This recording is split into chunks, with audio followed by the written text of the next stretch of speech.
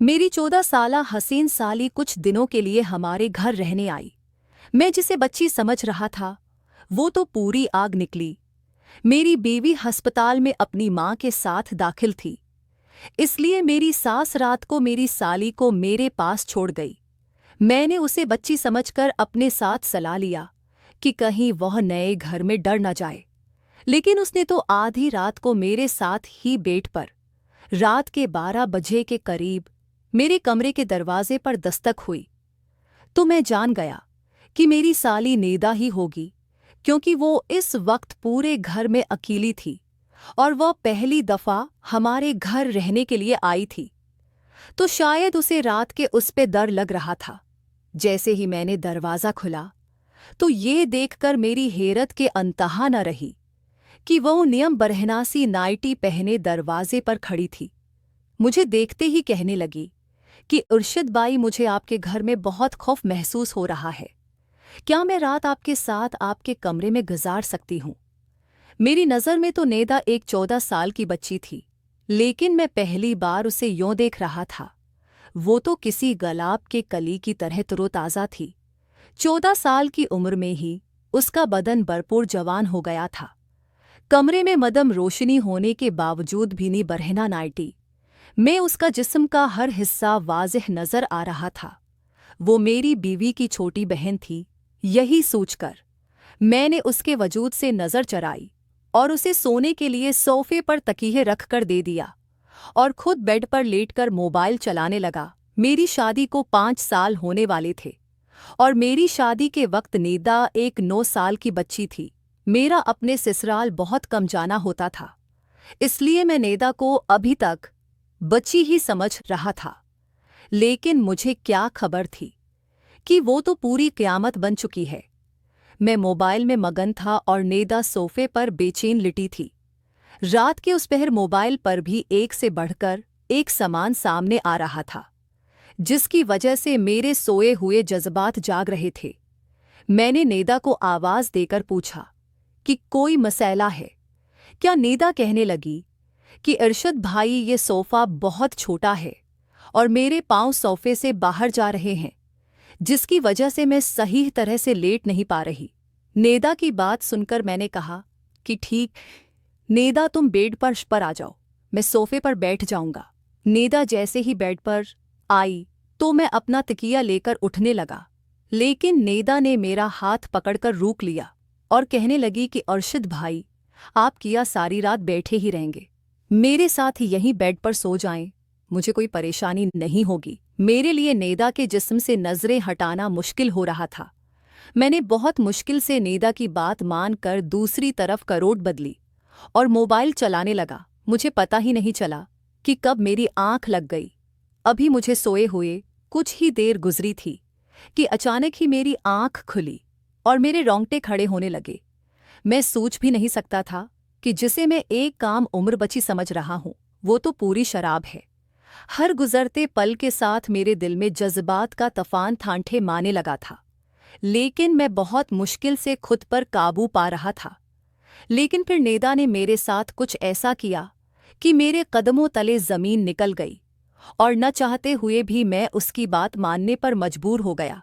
मेरी और सबा की शादी को 5 साल गुजर चुके थे और उन 5 सालों में ऐसा कोई दिन नहीं था जब सबा ने मेरी खदमत में कोई कसर छोड़ी हो। मेरी और सबा की पहली मुलाकात कॉलेज में हुई थी और हम दोनों एक दूसरे को पहली ही नज़र में पसंद आ गए थे। हम दोनों के प्यार मोहब्बत का सिलसिला बढ़ते बढ़ते शादी तक पहुंच गया था। जब मैंने अपने घर वालों को सबा के मुताल्लिक बताया तो मेरी माँ ने ये कहकर इनकार कर दिया कि खानदान से बाहर वो किसी सूरत में मेरी शादी नहीं करेंगी। लेकिन मैं सबा की मोहब्बत में इतना आगे बढ़ चुका था कि वापसी का कोई रास्ता मुमकिन नहीं था उसके बगैर। तो एक पाल भी गुजारा करना मुश्किल था। हम दोनों अपनी ही मोहब्बत में सारी हदूद पार करते हुए तमाम रिश्ते कायम कर चुके थे। कॉलेज में जाने के बाद हम दोनों एक दूसरे का हाथ पकड़कर वापस बाहर निकल जाते और कॉलेज के पीछे बने हुए छोटे छोटे होटलों में एक दूसरे के साथ वक्त गुजारते। मैंने अपनी माँ को मनाने की बहुत कोशिश की, लेकिन वो किसी भी सूरत में इस शादी के लिए राजी न हुए और मैंने सबा के साथ भागकर शादी का ली। जब मेरे माँ बाप को इस बारे में इल्म हुआ तो उन्होंने मुझे घर से ही निकाल दिया, क्योंकि मैं कोई नौकरी नहीं करता था और ना ही मेरी कोई कमाई थी। और जब सबा के घर वालों को इस बारे में पता चला तो वो भी हमारी शादी के खिलाफ हो गए, और वजह यही थी कि मैं कुछ भी नहीं कमाता था। बहुत मुश्किल से मैंने सबा के घर वालों को राजी कर लिया, लेकिन सबा के घर वालों ने हमसे मिलना जलना खत्म कर दिया था। काफी अरसे तक मैं और सबा फाकू वाली जिंदगी गुजारते रहे, लेकिन जैसे ही मेरी नौकरी लगी और मेरे हालात कुछ बेहतर हुए तो सबा ने अपने घर वालों से मिलना जलना शुरू कर दिया। लेकिन अब वो लोग मुझे बिल्कुल भी पसंद नहीं थे, क्योंकि जब मुश्किल हालात थे तो उन्होंने मुझे नहीं अपनाया था, और इसलिए मैं सबा के घर न जाने के बराबर जाता था। साल में 1 या 2 दफ़ा। इसलिए मैंने सबा की छोटी बहन नैदा को कभी सही से देखा भी नहीं था। न ही मैं इस बात से वाकिफ था कि वो अब 14 बरस की एक खूबसूरत लड़की बन चुकी है। खुदा ने हमें औलाद की नामत से कई सालों तक महरूम रखा था, और बहुत ज़्यादा इलाज कराने के बाद अब सबा हमारे बच्चे को जन्म देने जा रही थी।